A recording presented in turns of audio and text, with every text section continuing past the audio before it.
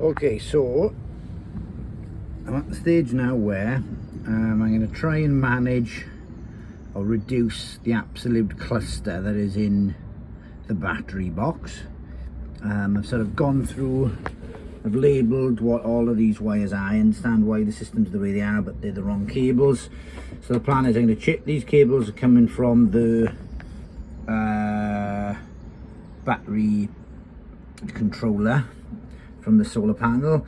So I'm going to change those into clear, black and not clear, but black and reds, and also take them away from. They've been soldered on.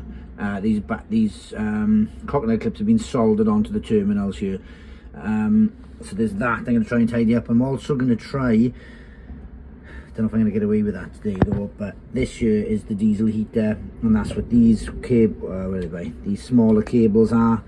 So they might be taking up space on the thread so that I can attach them. So I'm going to try and do these things. But while I'm doing that, it means I'm going to have a bit more play in the battery box, because the boat's out of the water right now. And just down there, you can just about make out the handle of the stern gland. Well, that's not stern glands, but we feed the grease in with the stern gland for. And it is buried. So I need to top that up. So what I'm going to do is I'm going to probably take some of these off, or at least move this around, the battery box around, before I do the work, so that if I do dislodge anything, it's sort of on my list of things to do anyway. The whole idea is that I'm going to take the top, well, get some space, the top of that stern gland sort of tap, if you will, or screw down, will undo. Then I can use some marine grease then. So what will happen is I'll press this down onto it. You can sort of see it's been in the boat for a while now, so it sort of bled past the little cap. But I'll leave this little plastic cap on top, push that down, and I should push it out like toothpaste. Just because I hate having things be simple, I've actually got a pot that's cracked, so I've got to make it come out the front, not the back. So no idea how effective I'm going to be filming down in here. However, it is pretty epic to get in there.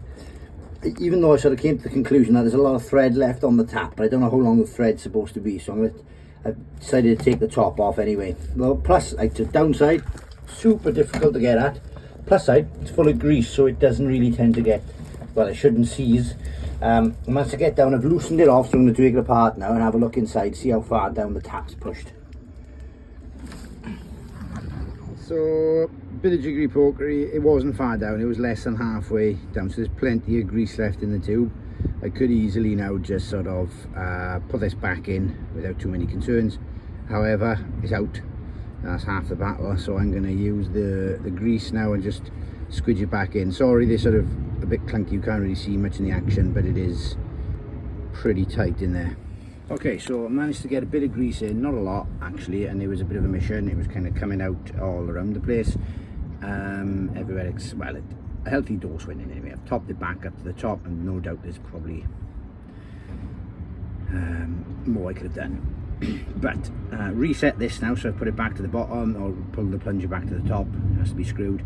Worth noting, I'm glad I did it, because there's a nut here, so the handle screws through this plunger, and the plunger then screws into the handle screws into this nut, and the nut was pretty much off altogether, so for whatever reason. So I'm glad I've managed to reset that now. It's all good to go. I've cleaned off some of the old grease, and now I'm going to try and fit it back in, screw it back down. What could possibly go wrong? Okay, so that is back on now, and that was a bit of a mission. So whereas I thought I could just slide the plunger inside the tube and then sort of slide it down and like screw the cap back on, the plunger, the sort of washer on the plunger seems to have expanded when I took it out, so I had to retract it all the way up into the cap. But the end nut was obviously working loose when I was putting pressure on it, pulling into the cap. So to clean everything off, it's a 12mm spanner, held the nut in place. I had to sort of screw it on up into there. Now I've pushed it down a bit, put some pressure on it so sort of good feed. But yeah, that's kind of it really. But it was a bit, and obviously that is in there, which is where I was trying to fit it.